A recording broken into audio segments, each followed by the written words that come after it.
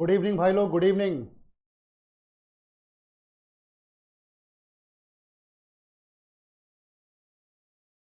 नमस्ते नमस्ते। अभी वीडियो सही हो जाएगा, अभी वीडियो सही हो जाएगा, डोंट वरी। अभी हो जाएगा भाई लोग, गुड इवनिंग।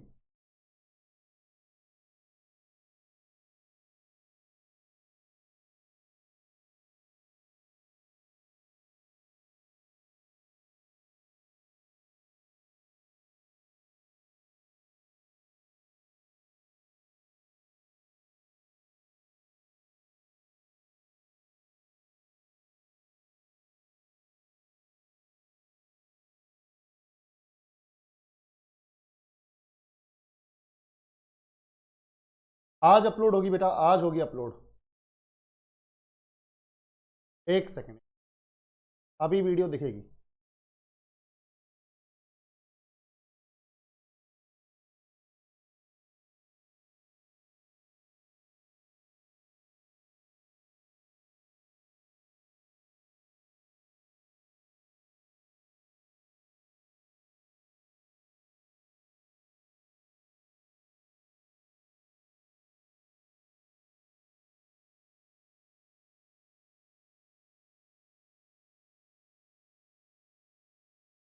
बेटे अंधेरे में नहीं बैठे हैं, वीडियो चालू होगी बस।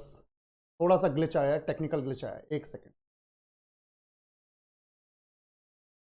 बेटे साउथ की भी कवर होगी, सब कुछ साउथ की भी कवर होगी, वो मेडिवल पीरियड में आ जाती है, ठीक है। वेट करो, 1 मिनट वेट करो।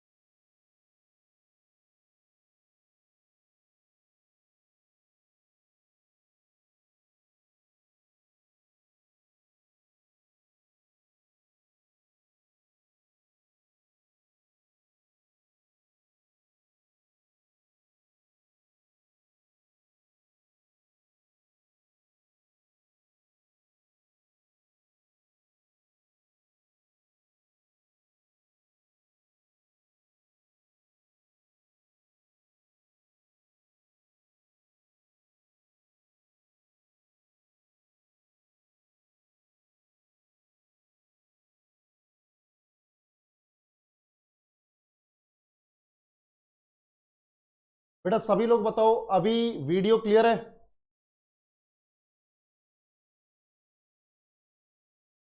अभी सभी लोग रिस्पॉन्ड करो भाई।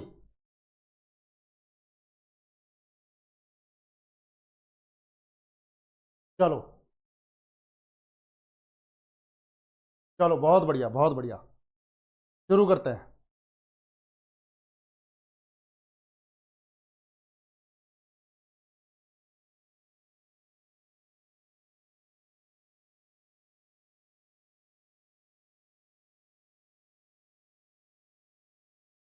चलो भाई, सभी को गुड इवनिंग, सभी को नमस्कार, सभी को जय हिंद। और आज का हमारा जो सेशन है वो है नया एक पार्ट हमारी हिस्ट्री का, जिसे बोलते हैं मेडिवल हिस्ट्री, मध्यकालीन इतिहास। और इसी के साथ हम शुरुआत करने जा रहे हैं। सभी लोग बताओ, ऑडियो वीडियो क्लियर है कि नहीं? बफरिंग तो नहीं होना चाहिए यार, इंटरनेट तो बहुत बढ़िया चल रहा है। एक सेकंड एक सेकंड एक सेकंड।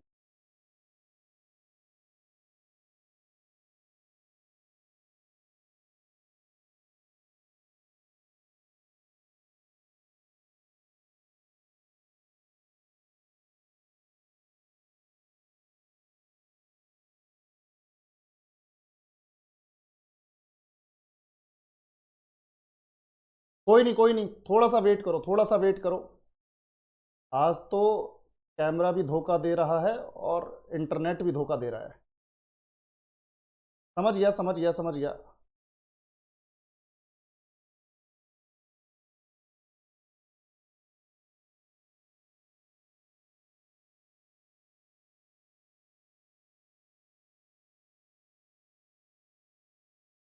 हाँ भाई, अभी बफरिंग हो रही है क्या? अभी नहीं हो रही होगी शायद, अभी इंटरनेट थोड़ा ठीक हो गया है, अभी ठीक हो गया है। अभी ठीक है। सभी लोग रिस्पॉन्ड करो जल्दी से, सब कुछ क्लियर है कि नहीं? अब हो गया होगा सही। चलो बेटा शुरू करते हैं। यार अब तो इंटरनेट बढ़िया चल रहा है, थोड़ी बफरिंग हो रही है। अच्छा वीडियो रुक रही है, ठीक है ठीक है ठीक है। अब नहीं रुकेगी, अब नहीं रुकेगी। चलो भाई, चलो बहुत बढ़िया, अब ठीक है। तो बेटा देखो अब, अच्छा बात रही पीडीएफ्स की, तो टीम को भेज दी गई है, अपलोड हो जाएंगी, ठीक है, डोंट वरी, क्योंकि अब हमारा एंशिएंट हिस्ट्री खत्म हो गया है। अब पीडीएफ्स मिलना शुरू हो जाएंगी और आराम से प्रैक्टिस करो। टीम को भेज दी गई है, अपलोड हो जाएंगी, ठीक है। चलो, और लोकनाथ बोल रहा है कि सर जी 5 मई की पीडीएफ अपलोड नहीं हुई है। 5 मई की पीडीएफ अपलोड नहीं हुई है, क्या बात कर रहा है यार। चलो ठीक है ठीक है, मैं एक बार अभी दिखवा लेता हूं, मैं अभी एक बार दिखवा लेता हूं 5 मई वाली पीडीएफ को, ठीक है। चलो चिंता ना करो। सभी को राधे राधे, सभी को नमस्कार। बेटा देखो अब अब बेवजह की बातें नहीं कमेंट सेक्शन में, कोई परेशानी हो तो बताना, वरना ध्यान से देखो, बहुत इंपॉर्टेंट सेक्शन अब चालू होने जा रहा है। पीडीएफ्स मिल जाएंगी, अब टेंशन की बात नहीं, क्योंकि पूरा पोर्शन खत्म हो गया है। अब लगा के प्रैक्टिस करो, कोई दिक्कत नहीं है। आज अपलोड हो जाएंगी, कल तक तुम्हारे पास अवेलेबल हो जाएंगी, ठीक है।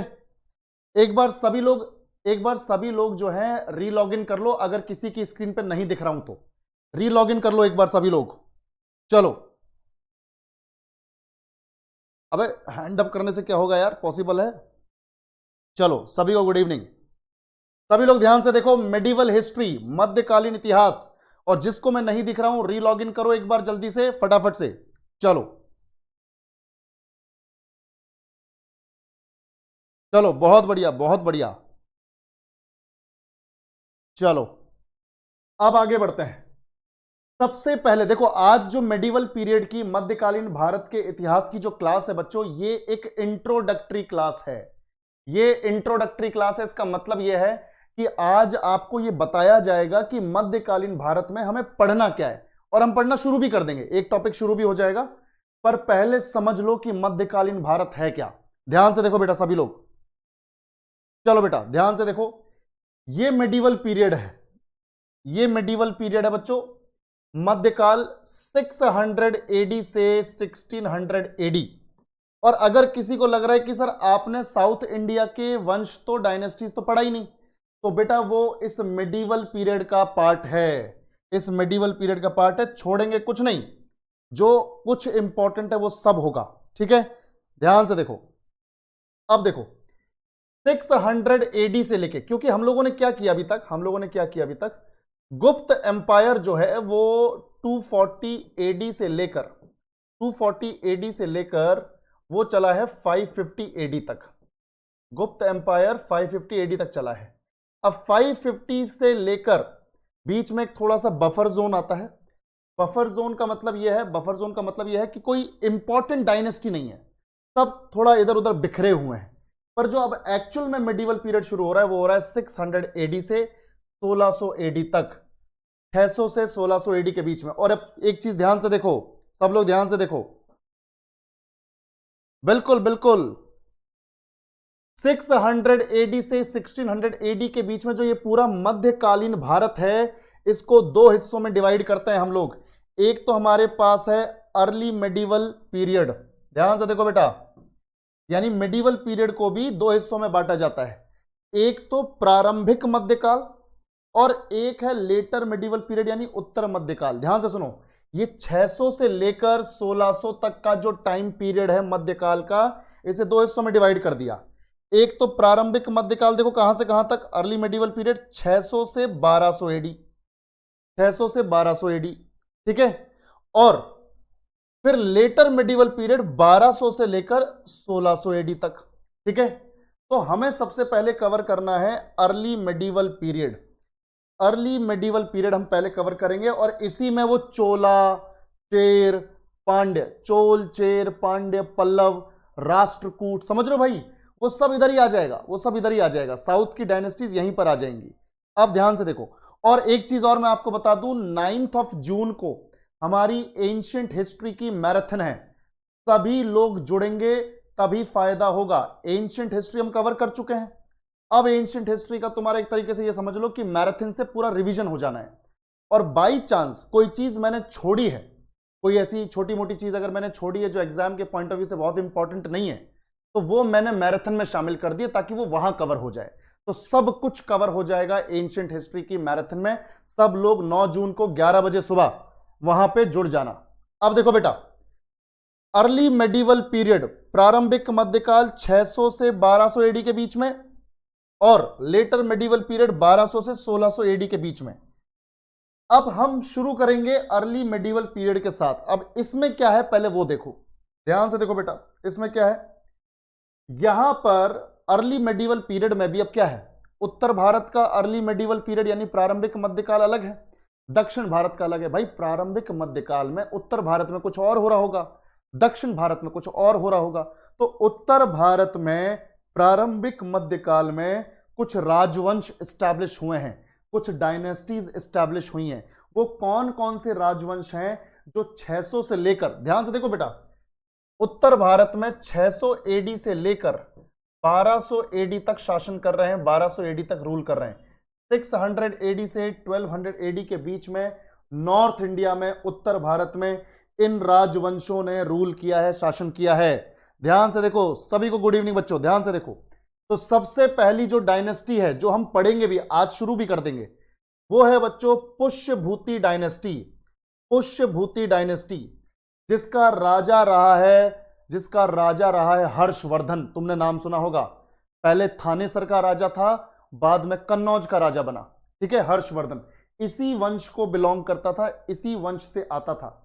उसके बाद उसी के पैरेलल, उसी के समकालीन, उसी के कंटेम्परेरी मोखरी डायनेस्टी है, मोखरी डायनेस्टी, मोखरी वंश। तो पुष्यभूति, मोखरी, गुर्जर प्रतिहार वंश तुमने सुना होगा, पढ़ा होगा। फिर पाल वंश, उसके बाद राष्ट्रकूट वंश, फिर चहमान को ही बोलते हैं चौहान वंश, अजमेर के चौहान, पृथ्वीराज चौहान सबको मालूम होगा, उसी के वंश की बात हो रही है, उसी के डायनेस्टी की बात हो रही है। और उसके बाद परमार वंश, ये मध्य प्रदेश का जो मालवा वाला इलाका है जिसमें इंदौर, उज्जैन ये सब वाला एरिया आ जाता है, तो वहां पर परमार डायनेस्टी, परमार वंश आ जाता है। और फिर चंदेला डायनेस्टी, चंदेला नहीं एक्चुअल में वो चंदेल है, चंदेल वंश, इंग्लिश में जब लिखते तो चंदेला आ जाता है, तो चंदेल वंश। तो बेटा ध्यान से सुनो, प्रारंभिक मध्यकालीन भारत में यानी 600 एडी से 1200 एडी के बीच में हमारे उत्तर भारत में इन डायनेस्टीज ने अलग अलग टाइम पर रूल किया है। इन डायनेस्टीज ने, इन राजवंशों ने अलग अलग समय पर शासन किया है। इनके बारे में हम थोड़ा थोड़ा कंटेंट जो हमारे एग्जामिनेशन पॉइंट ऑफ व्यू से काम का है वो पढ़ते चलेंगे। और हम शुरू भी करेंगे पुष्यभूति डायनेस्टी के साथ, ठीक है, बहुत इंपॉर्टेंट है ये। उसके बाद देखो कि सर उत्तर भारत में तो आपने बता दिया कि कौन कौन से राजवंश डायनेस्टीज रूल कर रही थी। सर सेम टाइम पे दक्षिण भारत में, साउथ इंडिया में कौन थे? तो बच्चों दक्षिण भारत में ये वंश थे, जिसने किसी एक बच्चे ने पूछा भी था कि सर साउथ की डायनेस्टीज नहीं करवाओगे क्या? बेटे सारे आ गए इसमें, देखो सातवाहन वंश, चोल वंश, चेर वंश, पांड्य वंश, पल्लव वंश और चालुक्य। बेटा सबको ये समझ में आया? इतना तो रिस्पॉन्ड करो। मध्यकालीन भारत को हमने दो हिस्सों में डिवाइड किया, प्रारंभिक मध्यकालीन भारत और उत्तरकालीन मध्यकालीन भारत। प्रारंभिक में नॉर्थ इंडिया और साउथ इंडिया। नॉर्थ इंडिया में डायनेस्टीज हमें पता चली कौन कौन सी हैं, अभी रटने की जरूरत नहीं है, याद करने की जरूरत नहीं है। जब पीडीएफ आएगी तुम्हारे पास तो ऑटोमेटिकली याद हो जाएगा, ज्यादा एफर्ट लगाने की जरूरत नहीं है अभी एकदम से। और दक्षिण भारत में ये वंश हैं जो शासन कर रहे हैं, ठीक है भाई। अच्छा मैं बता देता हूं, दिनेश बोल रहा है बिल्कुल बिल्कुल। अच्छा पीयूष, वो उत्तर वैदिक काल, उत्तर मध्यकालीन भारत में आएगा, महाराणा प्रताप वगैरह वो उत्तर मध्यकालीन में आएगा, ठीक है, लेटर मेडिवल पीरियड में। एक चीज देखो, किसी को भी मैं फिर से बता रहा हूं, nobody needs to make notes. साला कोई नोट्स बनाने की जरूरत नहीं है तुम्हारे लिए, मैं मेहनत कर तो रहा हूं भाई, इससे बढ़िया नोट्स तुम बना लोगे क्या? और अगर बना सकते हो तो तुम्हारी मर्जी है। अगर किसी के ये साथ ये मजबूरी है कि सर हमें तो नोट्स बना के ही याद होता है, फिर तो कोई इशू नहीं है। पर अगर तुम जबरदस्ती नोट्स बनाने वाले हो, पीडीएफ तुम्हारे लिए इसलिए तो बनाई जा रही है, वरना बिना पीडीएफ के भी पढ़ा सकते हैं भाई हम तो, हमें तो आता है बिना पीडीएफ के भी। ये पीडीएफ इसलिए बनाई जा रही है ताकि यही पीडीएफ इन्हीं पर हम समझाएं, इन्हीं पर पढ़ाएं और यही तुम्हें नोट्स के तौर पे दे दी जाए। तो बिल्कुल भी नोट्स बनाने की जरूरत नहीं है अगर मन नहीं है तो, और अगर तुम्हारी मजबूरी है कि लिख के याद होता है तो अलग बात है। तो दिनेश बिल्कुल भी नोट्स नहीं बनाना, ठीक है, बिल्कुल। अब ध्यान से देखो, तो Satavahana dynasty, Chola dynasty, Chera dynasty, Pandya dynasty, Pallava dynasty, Chalukya dynasty, ये है साउथ इंडिया की जो प्रारंभिक मध्यकाल में थी। अब दोनों दोनों इलाकों की, नॉर्थ इंडिया साउथ इंडिया की डायनेस्टीज देख ली हमने इस टाइम पीरियड में। अब देखो बेटा, सबसे पहले हम शुरू कर रहे हैं पुष्यभूति डायनेस्टी के साथ, पर उससे पहले देखो जो कुछ डायनेस्टीज हमने पीछे देखी उनका एरिया यहां पर तुम्हें दिख रहा होगा, उनका एरिया तुम्हें यहां पर दिख रहा होगा, ठीक है, बिल्कुल बिल्कुल अयान, वो भी कर दिया जाएगा, बिल्कुल वो भी कर दिया जाएगा, डोंट वरी। अब देखो, अब देखो बेटा, सबसे पहले जो हमें पढ़ना है वो है पुष्यभूति डायनेस्टी। अगर तुम पुष्यभूति डायनेस्टी के इलाके को देख पा रहे हो यहां पर इस मैप में, तो ये देखो, ये ग्रीन कलर से जो एरिया दिख रहा है भाई, ये ग्रीन कलर से जो एरिया तुम्हें दिख रहा है आज के हरियाणा और पंजाब वाले इलाके की एरिया है, ये आज के हरियाणा और पंजाब वाले इलाके का एरिया है, ये पुष्यभूति डायनेस्टी है। और इन्हीं के समकालीन है मोखरीज, पुष्यभूति के समकालीन मोखरीज। तो पुष्यभूति और मोखरी तो आपस में रिश्तेदार थे। पुष्यभूति डायनेस्टी के लोगों ने, राजाओं ने अपनी बेटियां ब्याही हैं मोखरीज के यहां, यानी अपनी बेटियों की शादी की है मोखरी के राजाओं से। तो ये दोनों तो समधी हुए भाई, ये दोनों वंश जो हैं वो समधी हुए। तो सबसे पहले हम पढ़ेंगे पुष्यभूति डायनेस्टी को, बाकी जब हम डायनेस्टीज पढ़ते जाएंगे तो ये मैप्स मैं लगाता जाऊंगा ताकि तुम्हें आइडिया रहे कि किस इलाके के राजाओं की बात हो रही है, ठीक है। चलो बेटा सभी लोग ध्यान से देखो, सभी को गुड इवनिंग बेटा, सभी को गुड इवनिंग। अब ध्यान से देखो पुष्यभूति डायनेस्टी। अब शुरुआत में तो जब पुष्यभूति डायनेस्टी स्टैब्लिश हुई थी, जब पुष्यभूति राजवंश स्थापित हुआ था तो इतना सा ही एरिया था, पर जब हर्षवर्धन का शासन आया पुष्यभूति राजवंश में, तो बेटा हर्षवर्धन ने अपनी टेरिटरी को एक्सपेंड कर दिया, अपने राज्य का विस्तार कर दिया। और तुम देखो आज जो इतनी टेरिटरी है वो अगले मैप पर देखो हर्षवर्धन के टाइम में कहां तक पहुंच गया। जो तुम ये डार्क कलर का एरिया देख रहे हो, ये जो ब्राउन कलर का एरिया देख रहे हो बच्चों, यही है हमारा पुष्यभूति वंश का एरिया हर्षवर्धन के टाइम पे। जो पहले के रूलर्स उनके टाइम पे तो छोटा सा एरिया था यहीं पर, ये फिर ये बड़ा हो गया, हर्षवर्धन ने इस एरिया को बड़ा कर लिया, ठीक है। चलो अब आगे बढ़ते हैं। तो ये पुष्यभूति डायनेस्टी की शुरुआत हो गई है और बहुत सिंपल है। आज इंट्रोडक्टरी क्लास है, तुम्हें लग सकता है कि सर ये छोटी क्लास है, पर कल से पूरा पेस पकड़ जाएंगे, पूरा 40 से 45 मिनट 50 मिनट की क्लास होगी अपनी, और उसमें हम अपने डाउट्स को भी रखेंगे साथ में। चलो देखो बेटा, तो पुष्यभूति वंश, और सबसे पहले देखो पुष्यभूति वंश के बारे में कुछ इंट्रोडक्टरी बातें हैं, कुछ परिचय करने लायक बातें हैं। जैसे the Pushyabhuti dynasty emerged in 6th century CE, CE को आप AD भी लिख सकते हो, एक ही बात है, and played a significant role in northern India. Pushyabhuti राजवंश 6ठी शताब्दी ईस्वी में उभरा और उसने उत्तरी भारत में महत्वपूर्ण भूमिका निभाई। भाई उत्तरी भारत का मतलब क्या है, मैं वही तो बोल रहा था कि आज का जो हरियाणा वाला एरिया है, और पंजाब वाला एरिया, वहां पर ये फैले थे शुरुआत में, तो उत्तर भारत का ही पार्ट है, नॉर्थ इंडिया का ही पार्ट है, ठीक है। तो 6ठी शताब्दी ईसा पूर्व अगर मैं पुष्यभूति डायनेस्टी की बात करूं तो बेटा ध्यान से देखो, एक तरह से 500 AD में या 500 CE में ये शुरू हुए थे। पर इस टाइम पे जो राजा जिन्होंने इसको स्थापित किया वो इतने बढ़िया नहीं थे, छोटे छोटे राजा थे, छोटे छोटे उनके गोल्स थे। पर राजवंश की शुरुआत हो गई 500 AD में, और ये रूल करते हैं, शासन करते हैं 647 AD, 500 AD से 647 AD। और जो आखिरी राजा रहा है सबसे शक्तिशाली, उसका नाम है हर्षवर्धन, ठीक है, उसके बारे में डिटेल में पढ़ेंगे, ध्यान से देखो। तो 500 AD से 647 AD हमारी पुष्यभूति डायनेस्टी का रूल रहा है, ठीक है। अब ध्यान से देखो, यह गुप्त साम्राज्य के पतन के बाद की बात है। ये जब स्थापित हुए हैं तो एक तरह से मान के चलो कि उस वक्त तक गुप्त साम्राज्य धीरे धीरे खत्म होने लग चुका है, कमजोर होने लग चुका है। तो गुप्त शासन, गुप्त एम्पायर के बाद पुष्यभूति डायनेस्टी उत्तर भारत में अपना विस्तार करती है, अपना एक्सपेंशन करती है। और ये गुप्त साम्राज्य के पतन के बाद की बात है, यानी this was after the decline of the Gupta empire spanning from 500 AD to 647 AD। Their kingdom was mainly located in present day Haryana. देखो भाई, लगभग 500 ईस्वी से लेकर 647 ईस्वी तक उनका राज्य मुख्य रूप से वर्तमान हरियाणा में स्थित था। मैंने अभी तो बताया आपको, ठीक है। चलो बेटा, अब आगे बढ़ते हैं, ध्यान से देखो। अब होता क्या है, हमें यह समझ में आ गया बच्चों, ध्यान से देखो, बिल्कुल बिल्कुल। अब हमें यह समझ में आ गया कि यार हरियाणा में इन्होंने अपना राज्य स्थापित किया, पर जो राज्य इन्होंने स्थापित किया, जो किंगडम इन्होंने स्टैब्लिश किया है, उसकी कोई कैपिटल तो होगी, कोई राजधानी तो होगी। तो बेटा देखो, राजधानी का नाम था स्थानीश्वर, ठीक है, स्थानीश्वर। स्थानीश्वर जो है, शुरुआत में इसका नाम स्थानीश्वर था। अब over the period of time, जैसे जैसे समय बीतता गया, जो हरियाणा के लोकल्स हैं, उस स्थानीश्वर के जो लोग हैं, उन्होंने इसको शॉर्टकट बना दिया, स्थानेश्वर स्थानेश्वर स्थानेश्वर थानेश्वर। क्या कर दिया? थानेश्वर। और फिर थानेश्वर थानेश्वर थानेसर थानेसर कर दिया।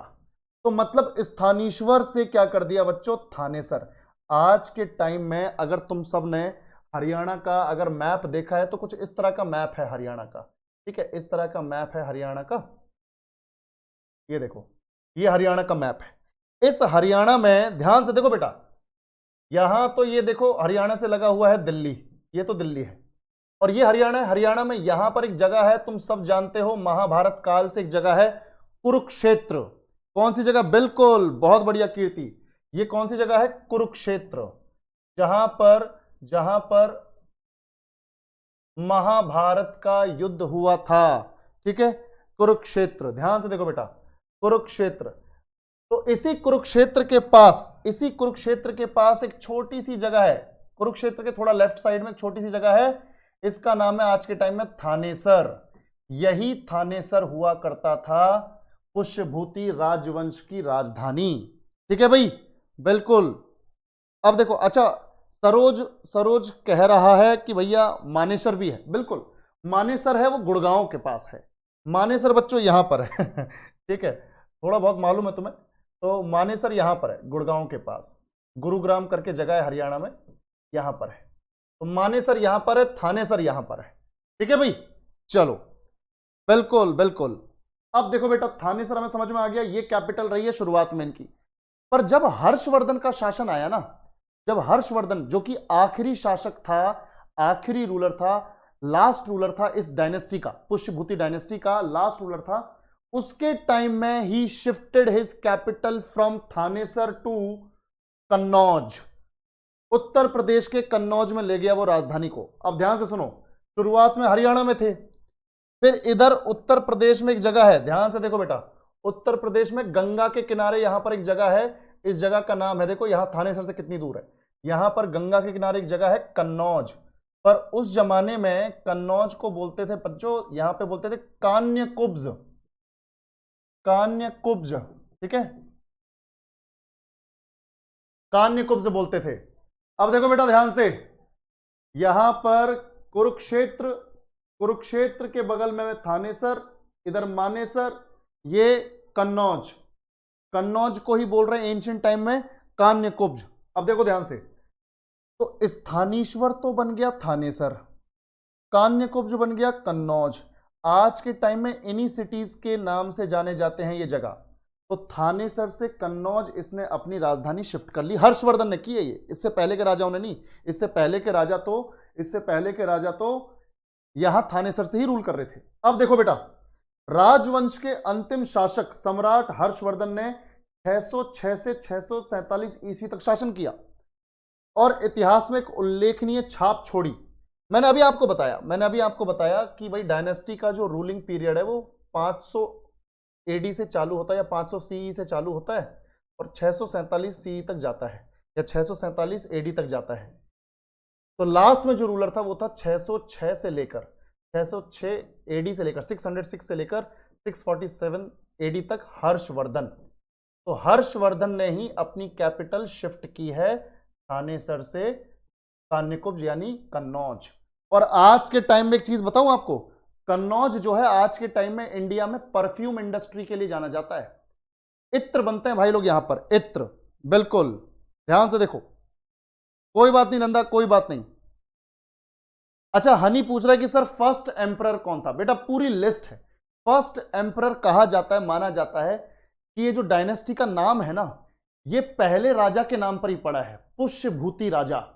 राजा पुष्यभूति, उसी के नाम पर पूरे वंश का नाम पड़ गया। और हमें जो रूलर्स पढ़ने हैं वो पुष्यभूति, नरवर्धन, राज्यवर्धन, आदित्यवर्धन, प्रभाकर वर्धन। ठीक है, हमें सिर्फ 3 राजा पढ़ने हैं, लास्ट के 3 राजा, और कोई नहीं पढ़ना। पर हां, नाम जरूर पता होने चाहिए। तो मैंने आप सभी के लिए ये पूरी लिस्ट तैयार की, इनकी पूरी वंशावली। ध्यान से देखो बेटा, ध्यान से देखो। सबसे पहले पुष्यभूति, जैसा मैंने कहा कि इसी के नाम पर पूरे वंश की स्थापना हुई है।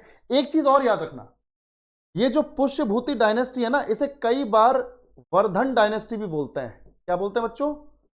वर्धन डायनेस्टी, वर्धन वंश भी बोलते हैं। तो या तो पुष्यभूति कहो या फिर वर्धन वंश कहो, वर्धन डायनेस्टी। ठीक है, वर्धन डायनेस्टी। तो पहला जो राजा हुआ वो हुआ पुष्यभूति, जिसके नाम पर डायनेस्टी का नाम। फिर आया नरवर्धन। नरवर्धन देखो, 500 में पुष्यभूति 1 साल ही रूल कर पाया, एस्टैब्लिश करके हट गया। फिर उसी साल नरवर्धन राजा बना, जिसने 25 साल रूल किया। फिर 525 से 555 राज्यवर्धन फर्स्ट, राज्यवर्धन फर्स्ट प्रथम। फिर आया आदित्यवर्धन 555 से 580 तक। और फिर बच्चों आया हमारे काम के 3 रूलर्स, प्रभाकर वर्धन, क्योंकि ऊपर के जो राजा हैं उनके बारे में कोई ज्यादा जानकारी है नहीं। ठीक है, अब देखो ध्यान से। और प्रभाकर वर्धन से फिर थोड़ा थोड़ा इस वंश के बारे में चीजें इकट्ठी होनी शुरू हुई हैं, कंटेंट इकट्ठा होना शुरू हुआ है। तो प्रभाकर वर्धन जो है इस वंश का ये कहो पहला शक्तिशाली राजा है, पहला शक्तिशाली राजा, फर्स्ट पावरफुल रूलर है इस पूरे डायनेस्टी का प्रभाकर वर्धन। फिर इसका बेटा गद्दी पर बैठा राज्यवर्धन। ध्यान से देखो, 580 से 605 तक तो प्रभाकर वर्धन ने, और 605 से 606 1 साल तक, सिर्फ 1 साल तक राज्यवर्धन ने रूल किया है। पर इसके साथ क्या है, ट्रेजेडी हो गई, ये धोखे का शिकार हो गया। मैं इसकी कहानी बताऊंगा तुम्हें। एक बंदे ने इसको दोस्ती का हाथ बढ़ाया, इसने भरोसा कर लिया और उसके बाद उसी ने मार दिया। ठीक है, पर इसका बदला फिर इसके छोटे भाई हर्षवर्धन ने लिया है। याद रखना, प्रभाकर वर्धन के 2 बेटे हैं, राज्यवर्धन और हर्षवर्धन। तो हर्षवर्धन ने अपने बड़े भाई का बदला लिया है बाद में बहुत तगड़े तरीके से। तो हर्षवर्धन फिर 606 से 647 ईस्वी। सबको ये डायनेस्टी, सबको ये रूलर्स के नाम समझ में आए तो रिस्पॉन्ड करो बेटा सभी लोग। बिल्कुल बिल्कुल अंकुश, बिल्कुल पॉसिबल है। ह्यूनसांग लेखक चीन से आया था हर्षवर्धन के टाइम पर, बिल्कुल बहुत बढ़िया। और नालंदा यूनिवर्सिटी में रहा था कई सालों तक। ठीक है, ये सब हम डिस्कस करेंगे जब हर्षवर्धन पे पहुंचेंगे, तो ये सारी चीजें डिस्कस होंगी। ठीक है, टेंशन ना लो। तो ये हमारा यहां पर इतना कंटेंट हुआ। अब सबसे पहले देखो, प्रभाकर वर्धन के बारे में कुछ 5 to 6 पॉइंट्स है, इनको पढ़ लेते हैं। आज इतना ही पढ़ेंगे, कल ये डायनेस्टी खत्म हो जाएगी और एक कल नई डायनेस्टी शुरू होगी, और वो डायनेस्टी होगी हमारी गुर्जर प्रतिहार। मौखरी के बारे में ज्यादा कुछ है नहीं, मौखरी के बारे में जितना हमें जानना है वो इसी डायनेस्टी के साथ में जान लेंगे, क्योंकि इनके रिश्तेदार थे, वो इनके रिश्तेदार थे। अपनी बेटी इन्होंने मौखरी के राजा के साथ ब्याही थी, उसकी शादी की थी वहां पर, तो इसी के साथ कवर हो जाएगा मौखरी। तो देखो, Prabhakar Vardhan who ruled over Thanesar from 580 to 605 CE or AD, also known as Pratapshila. Pratapshila was a proud and ambitious ruler of the Pushyabhuti dynasty. Prabhakar Vardhan, जिन्हें प्रतापशिला के नाम से भी जाना जाता है, पुष्यभूति वंश के एक गौरवान्वित और महत्वाकांक्षी शासक थे। एक चीज इस फैक्ट में अपने दिमाग में बिठा लो कि प्रभाकर वर्धन इस डायनेस्टी का, इस वंश का पहला जबरदस्त रूलर है, और इसका एक दूसरा नाम भी है प्रतापशिला। क्या नाम है बच्चों? प्रतापशिला। याद रखना, ये प्रतापशिला नाम यहां पर ये बहुत इंपॉर्टेंट है। दूसरा पॉइंट इसके बारे में देखो, इसने देखो उस जमाने में ये सभी के लिए कॉमन था। भाई एक बात बताओ, जब राजाओं का शासन है और जैसे ये मेरा किंगडम है, मेरे बगल में दूसरे राजा का है, मेरे बगल में इधर तीसरे का है, सामने चौथे का है। और अगर मुझे राज्य का विस्तार करना है, मुझे अपनी टेरिटरी को एक्सपैंड करना है, तो मैं क्या करूंगा यार, मुझे एक बात बताओ। मैं यही करूंगा ना कि यार बगल वाले पर अटैक कर देता हूं, इसकी टेरिटरी को अपने में शामिल कर लेता हूं, सामने वाले पर अटैक कर देता हूं, इसकी टेरिटरी को शामिल कर लेता हूं, इस पर अटैक कर देता हूं, यहां से शामिल कर लेता हूं। ये भी यही सोचेंगे तीनों, है ना भाई। इसी तरह से विस्तार होता था। तो भैया विस्तार कैसे हो रहा है, देखो, उन्होंने सैन्य विजय के माध्यम से अपने राज्य का विस्तार किया और महाराज अधिराज की उपाधि धारण की। He expanded his kingdom through military conquest and assume the title of Maharaj Adhiraj. भाई अगर मुझे बगल वाले एरिया को अपने एरिया में शामिल करना है तो मुझे अटैक करना पड़ेगा ना अपनी आर्मी के थ्रू। अब साला ऐसा तो है नहीं कि मैं अकेले जाऊंगा, भाई मेरे को तेरी जमीन चाहिए, दे देगा क्या? वो पता चल रहा है कुछ और ही टॉनिक देने में लग रहा है मुझे। तो मैं सीधे बोलूंगा कि भाई मैं तेरे ऊपर अटैक करने वाला हूं मेरी आर्मी के साथ, तू तैयार हो जा अपनी आर्मी के साथ। जो जीतेगा वो हारे हुए की टेरिटरी को अपने पास रखेगा, चाहे तू जीते चाहे मैं जीतूं। इस तरह से युद्ध हुआ करते थे, ठीक है। खुले में चौड़ में ये बताया जाता था कि फलानी तारीख को तुम्हारे साथ युद्ध होगा, तैयार रहो अपनी आर्मी के साथ। और आर्मी के दम पर ही तो विस्तार करोगे। तुम जाके वहां थोड़ा सा अपना एरिया दे दोगे क्या मालिक, थोड़ा सा मेरा विस्तार हो जाएगा, मेरा एक्सपेंशन हो जाएगा, ऐसे थोड़ी बोलेंगे साला जाके उधर पे। ठीक है भाई, चलो बेटा ध्यान से देखो। बिल्कुल बिल्कुल दिनेश, पहली बार महाराज अधिराज का टाइटल लिया था चंद्रगुप्त प्रथम ने। और जिसने भी क्लास ली है फाउंडेशन में सबको मालूम है कि गुप्त डायनेस्टी का, गुप्त वंश का राजा चंद्रगुप्त प्रथम महाराज अधिराज का टाइटल पहले ले चुका था। और यहां पर यह भी महाराज अधिराज का टाइटल ले रहा है, ठीक है। तो याद रखो बेटा, ये यहां पर प्रभाकर वर्धन के बारे में हमें 2-3 चीजें पता चल गई। प्रतापशिला उसका नाम है, 580 से 605 तक इसने रूल किया है। और अपनी टेरिटरी का विस्तार करने के लिए भैया इसने मिलिट्री का सहारा लिया है, ठीक है भाई, मिलिट्री का सहारा लिया है। बिल्कुल बिल्कुल लोकनाथ, बिल्कुल।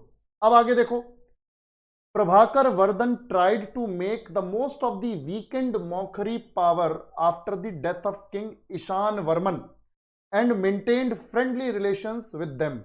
He solidified this alliance by marrying his daughter Rajyashri to the Mokhri king Grahavarman. अब ध्यान से सुनो, हम लोगों ने यहां पर मैप में देखा था, ध्यान से देखो, ये देखो, ये पुष्यभूति है। इस टाइम पर थानेसर कैपिटल है और यहां पर प्रभाकर वर्धन का शासन है। इसी के साइड में कन्नौज पर उस वक्त शासन था। भाई ध्यान से सुनो, हर्षवर्धन ने तो बाद में कन्नौज पर कब्जा किया है, पहले कन्नौज पर मौखरीज का राजन, ठीक है, मौखरीज का राज था। तो पुष्यभूति ने देखा कि यार मौखरी राजा जो है कमजोर होते जा रहे हैं, ये ज्यादा पावरफुल नहीं है। तो इस बंदे ने क्या चालाकी चली, इसने मौखरी राजा ग्रहवर्मन के साथ, ध्यान से सुनो बेटा, मौखरी राजा ग्रहवर्मन के साथ अपनी बेटी की शादी करवा दी। राज्यश्री इसकी बेटी थी, इसके 2 बेटे हैं, राज्यवर्धन, हर्षवर्धन। तो राज्यवर्धन और हर्षवर्धन की बहन है राज्यश्री। तो प्रभाकर वर्धन ने अपनी बेटी राज्यश्री की शादी करवा दी मौखरी के राजा ग्रहवर्मन से। अब क्या है कि मौखरी का जो राजा है वो प्रभाकर वर्धन का दामाद हो गया, है ना भाई, ग्रहवर्मन का पापा बन गया है प्रभाकर वर्धन। तो अब तो रिलेशन इतना है कि कोई दिक्कत ही नहीं होने वाली, यानी आपस में तो ये अटैक नहीं करेंगे, कम से कम रिश्तेदारी हो गई है ना भाई, आपस में अटैक नहीं करेंगे। पर प्रभाकर वर्धन ने ये क्यों किया, क्योंकि उसे पता था कि मौखरी के राजा कमजोर होते जा रहे हैं, अगर मैं अपनी बेटी की शादी वहां करवा दूंगा तो अल्टीमेटली ये टेरिटरी मेरी ही हो जानी है। समझ में आया कि नहीं? ध्यान से देखो बेटा, मौखरी के राजा के साथ अपनी बेटी की शादी इसीलिए की। और उस जमाने में एक चीज मैं आपको बताऊं, शादियां इंटरेस्ट पर होती थी, यानी कि हितों पर होती थी।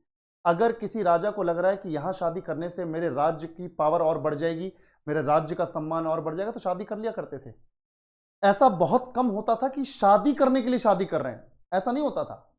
वो शादी करते थे इसीलिए ताकि उनकी पॉलिटिकल पावर बढ़ जाए, ठीक है भाई। तो यहां पे देखो, अभी तक हम लोगों ने यहां पे पढ़ा कि भाई प्रभाकर वर्धन ने राजा ईशान वर्मन की मृत्यु के बाद, राजा ईशान वर्मन जो था ना मौखरी का, ये बढ़िया था, पर इसके बाद जो मौखरी का जो शासन है वो कमजोर होता चला गया। और जब ग्रहवर्मन गद्दी पर बैठा तो उसके साथ मैत्रीपूर्ण संबंध बनाने के लिए अपनी बेटी की शादी उससे करवा दी। ठीक है, और इस अलायंस को, ये जो दोस्ती है, ये रिश्तेदारी में बदल गई और रिश्ता और मजबूत हो गया।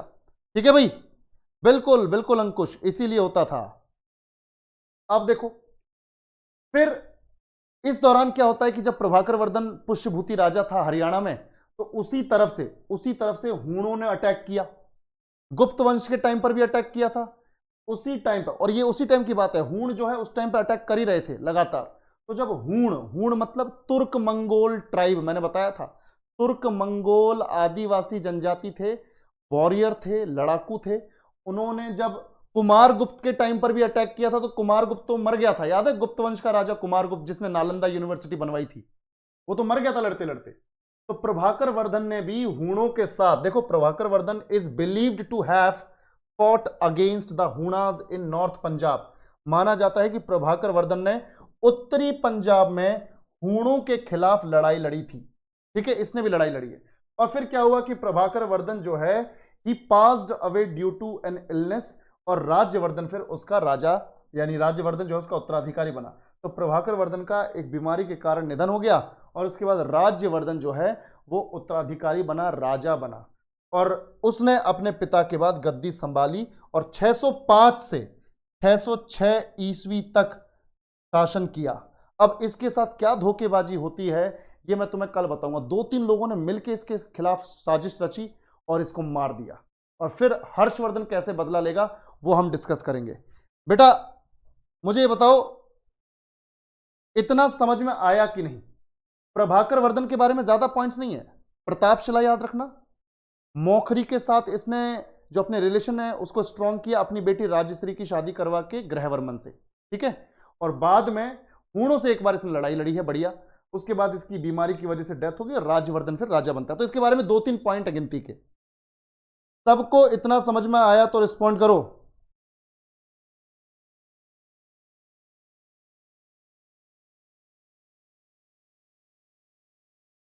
बिल्कुल बिल्कुल बिल्कुल रश्मि, बिल्कुल। अंकुश क्या पूछ रहा है भाई तू? अच्छा, तू ये बोल रहा है कि कहानी अभी बता दूं? देखो कहानी तो मैं अभी शुरू भी कर दूंगा, पर वो बीच में अटक जाएगी, वो पूरा पेस खराब होगा। कल जो मजा आने वाला है उस मजे को अभी साला टेम्परेरी सुख के चक्कर में खत्म नहीं करना है। ठीक है भाई, चलो। तो आज के लिए मुझे बताओ इतना समझ में आया कि नहीं? बिल्कुल बिल्कुल बिल्कुल, कल क्लास होगी, क्योंकि इस वीक हमारी एक क्लास नहीं हुई थी, है ना, हमारी एक क्लास नहीं हुई थी इस वीक। तो वो वाली जो क्लास है वो जो मिस हुई है वो अभी सैटरडे को कल होगी। कल तुम्हारी क्लास है, सभी लोग ध्यान से सुन लो। बाकी कोई क्लासेस हो ना हो, हमारी अपनी जीके की क्लास मिस हुई थी, वो क्लास होगी। ठीक है, चलो एक बार बैक कर देता हूं, बिल्कुल बिल्कुल देखो ध्यान से। ठीक है, ये बैक कर दिया, ये और बैक कर दिया बेटा। ठीक है, और यहां से तो हमने शुरू ही की है डायनेस्टी।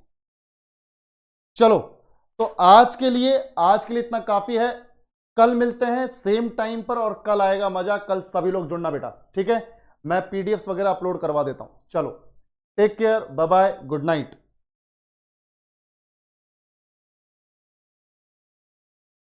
ग्रेट दिनेश, ग्रेट, बहुत बढ़िया। हूणों को अयान चाहिए थी जमीन, शासन, ठीक है, पर मिलेगा नहीं ससुरों को। चलो, मिलते हैं कल।